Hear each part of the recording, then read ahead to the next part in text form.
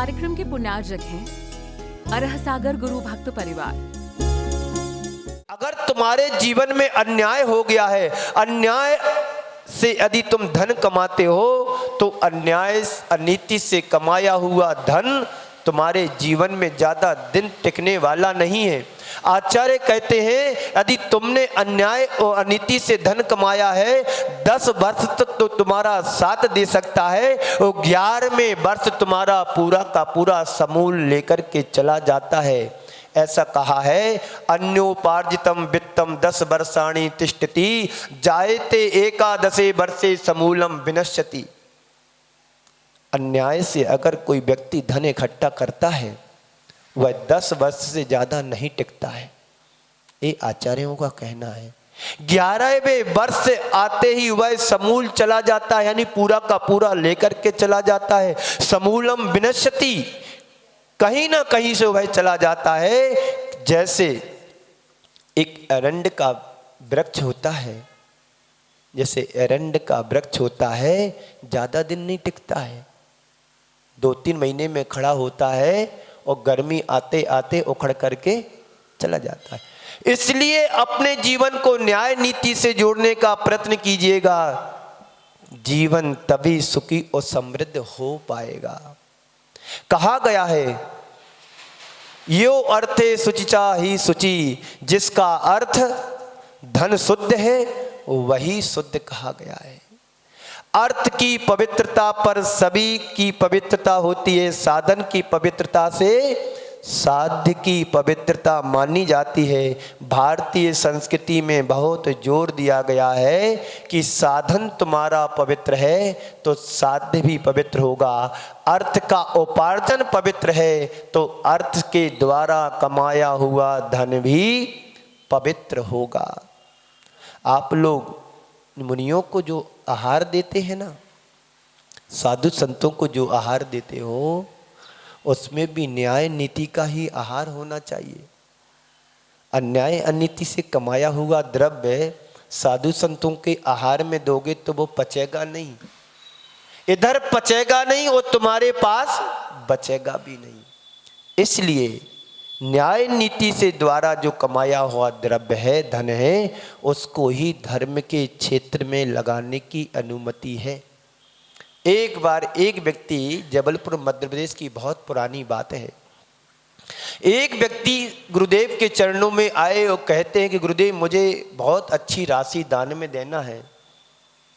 उनसे पूछा गया आप ये राशि देना, तो आपका व्यापार क्या है?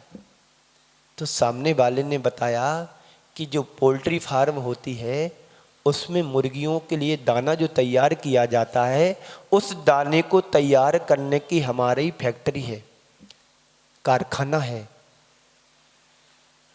वो तैयार करते हैं, उससे जो आय होती है उससे अपने घर का निर्वाह करते हैं। आचार्य श्री ने तुरंत मना कर दिया कि मुझे ऐसा द्रव्य नहीं लगाना है इस क्षेत्र में।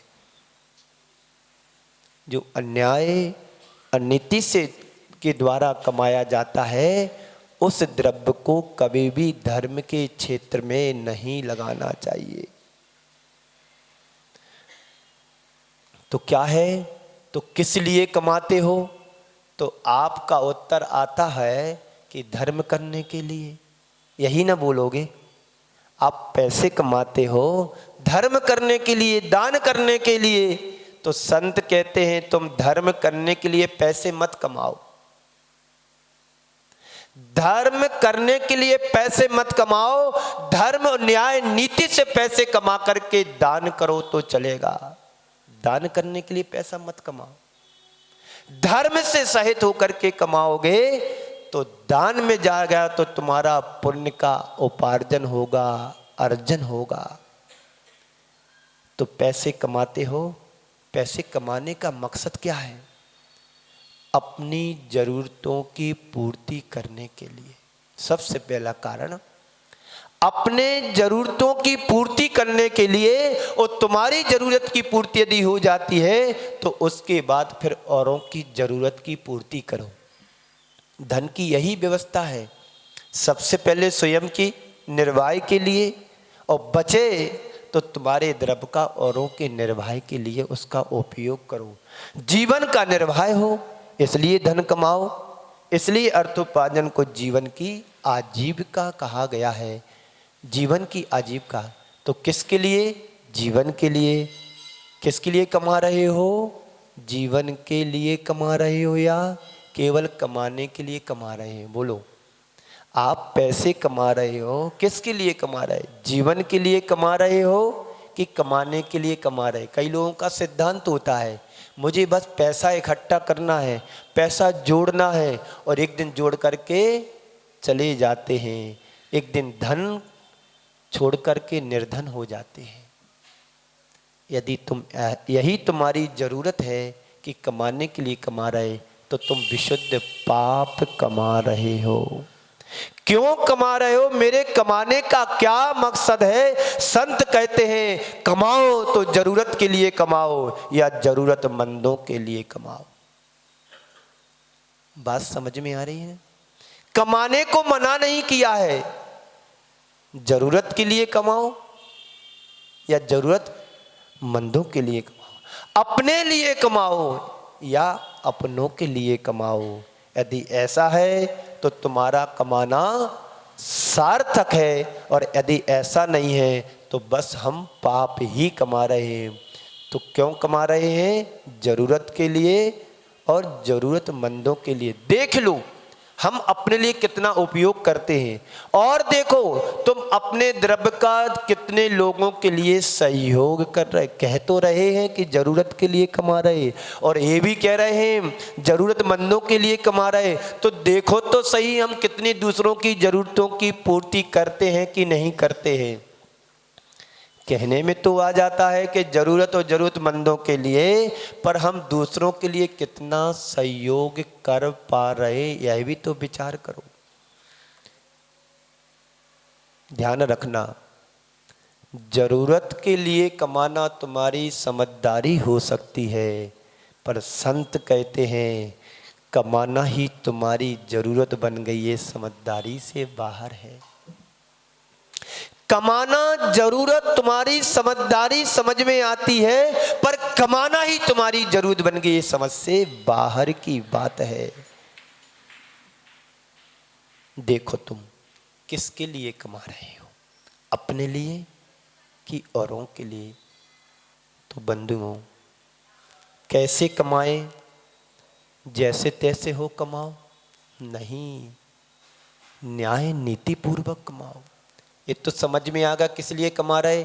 अपने लिए कमा रहे, अपने औरों के लिए कमा रहे, धर्म के लिए कमा रहे हैं, धर्मात्माओं के लिए कमा रहे हैं, अपने परिवार के लिए कमा रहे हैं, अपने संबंधियों के लिए कमा रहे हैं। पर कैसे कमाएं ये भी तो ध्यान रखना है। अदबा तदबा जैसे बने तैसे बने कमाते जाओ।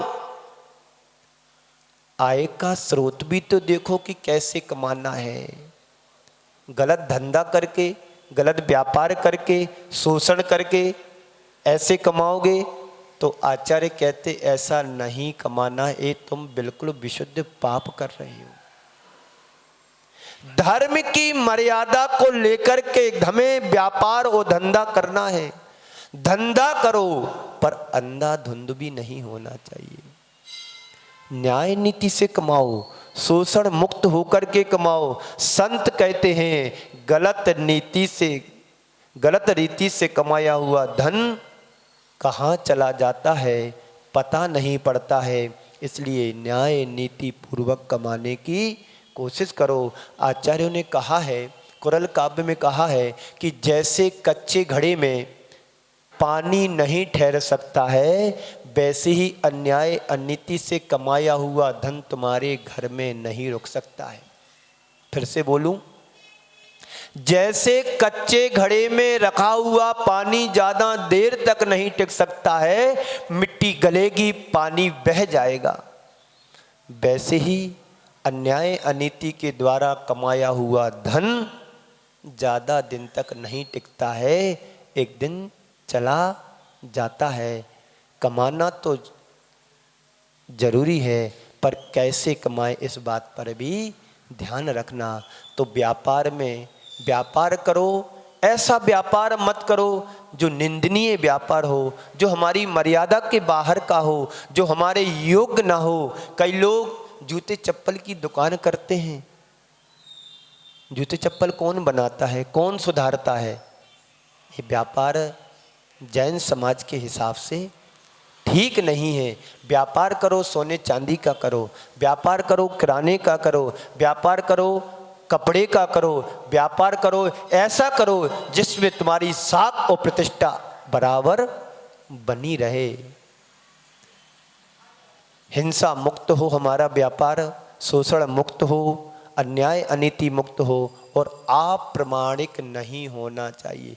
तुम्हारे व्यापार की प्रामाणिकता होना चाहिए तो तुम्हें लगेगा कि हमारा सही व्यापार हो रहा है, हम सही रीति और नीति से कार्य कर रहे हैं। तो कैसे कमाना? सत् कार्य से करो। अच्छे कार्यों के द्वारा कमाया हुआ धन हमारे लिए सार्थक माना गया है। वही धन तुम्हें धर्म के क्षेत्र में लगाने की अनुमति दी है। धर्म से कमाओ। हम अपना दृष्टिकोण सही रखें, हमारा दृष्टिकोण बदल जाता है। हमें लाभ होता है तो हमारा लोभ बढ़ जाता है, और जब लोभ बढ़ जाता है तो फिर ये दिखाई नहीं देता है कि पैसे कहाँ से कैसा आ रहा है। बस ये लगता है कि आता रहे आता रहे आता रहे। बस जीवन में हिंसा, शोषण, अनीति और अप्रामाणिकता से जीवन को बचाना चाहिए। जीवन में ये चीज़ें जुड़ जाती हैं तो फिर व्यक्ति न्याय और नीति को भूल जाता है और अन्याय अनीति का साथ देने लगता है। पाप की कमाई से दान मत करो। दान करने को कहा गया है तो पाप की कमाई से नहीं। कौन सी कमाई से? जो प्रामाणिक हो, न्याय नीति हो, धर्म से युक्त हो, धर्म की मर्यादा से कमाया हुआ धन तुम दान में लगा सकते हो। एक सज्जन ऐसे हैं जितना भी पैसा दान करते हैं नंबर 1 की कमाई से दान करते हैं। आप अपने जीवन में देखें, हम जो पैसा कमाते हैं उसमें कितना न्याय नीति से कमाते हैं, कितना अन्याय नीति से तैयार होता है। तो कितना कमाना, कब तक कमाना? बोलो, एक सीमा होती है पैसे कमाने की। कब तक कमाना? व्यक्ति जिंदगी पूरी कर देता है पर पैसे के व्यामोह से दूर नहीं हो पाता है। जिंदगी पूरी होने को तो हो रही है पर उसका पैसे से मोह कम नहीं होता है। चाबी आज भी हाथ में रहती है। कब तक चाबी रखोगे? महाराज, जब तक जीवन रहेगा तब तक चाबी रहेगी। तो फिर साथ में ले जाओगे लगता है। क्यों सुमित प्रकाश जी? है बोलो। पैसे की आसक्ति मरते दम तक व्यक्ति से छूटती नहीं है। तो कब तक कमाना है? जब तक बच्चे कमाना शुरू ना कर दे तब तक कमाना है तुम्हारी मानसिकता ऐसी? बोलो। नहीं, पैर कब्र में लटक रहे फिर भी पैसों से आसक्ति नहीं छूट पाती है। किसी आचार्य ने कहा है, वासना की आसक्ति का तो एक प्रमाण होता है। वासना की आसक्ति का तो एक प्रमाण होता है, एक सीमा तक होती है, उसकी उम्र ढलती है, उससे व्यक्ति दूर हो जाता है। पर पैसे की आसक्ति तो वासना से भी ज्यादा कही गई है। बात समझ में आ रही? व्यक्ति मरते दम तक पैसे के व्यामोह से नहीं बच सकता है। पैर कब्र में लटक रहे हैं फिर भी चाबी कमर में लटका करके रखे हैं। संत कहते हैं, ए मोह, जब बच्चे पैसे कमाना शुरू कर देते हैं चाबी अपने बच्चों को छोड़ देना चाहिए। उस सास के लिए तिजोरी की चाबी बहू को दे देना चाहिए। मेहमान बन करके रहोगे तो जीवन में आनंद ही आनंद आएगा। और बहू को तो तुम रानी बना दो, खुद नौकरानी बन जाओ। चाबी हाथ में जेब में रखना नौकरानी तो है ही। कुछ सामान चाहिए, माँ जी चाबी दे दो, नहीं बेटा हम आते हम निकाल के देते हैं। बताइए होना क्या चाहिए था? मालकिन बनना था, और बन क्या रहे हैं? नौकरानी। एक बात ध्यान रखना, तुम्हारे द्वारा कमाए जाने वाला धन यहीं छूट जाएगा। तुम्हारे द्वारा कमाए जाने वाला धन यहीं छूट जाएगा, पर कमाया हुआ पुण्य तुम्हारे साथ जा सकता है। तो क्या करना है? तो पुण्य को कमाओ, धन को नहीं। पुण्य को कमाओ, पाप को नहीं। धन को भी कमाओ तो धर्म के क्षेत्र में लगाने के लिए कमाओ, गमाने के लिए नहीं और बचाने के लिए भी नहीं। तो कमाना, लगाना, बचाना और गमाना। व्यक्ति किस लिए कमाता है? गमाने के लिए ज्यादा कमा रहा। आज के समय में एक जमाना था, बड़े व्यापार छोटा होता था, कम पूंजी का होता था, तो पैसे को बचाते थे और अच्छे कार्यों में कभी कभी लगाते भी थे। पुराने जमाने के लोग संभाल करके पैसे रखते थे, और जब अच्छा अवसर आता था अपने मन की तिजोरी को खोल देते थे। क्यों? एक कार्य बड़ी दुर्लभता से अवसर आया है, मंदिर का निर्माण होना है, वेदी बनना है, मूर्ति आना है, प्रतिष्ठा होना है, शास्त्र में लगाना है, शास्त्रों में लगाना है। दान के 7 क्षेत्र बताए गए हैं शास्त्र लेखन में, मंदिर के निर्माण में। हाँ, आदि आदि 7 स्थानों में धन को लगाने के लिए कहा गया है। लेकिन हम लगाते कहाँ हैं? सबसे ज्यादा मकान बनाने में।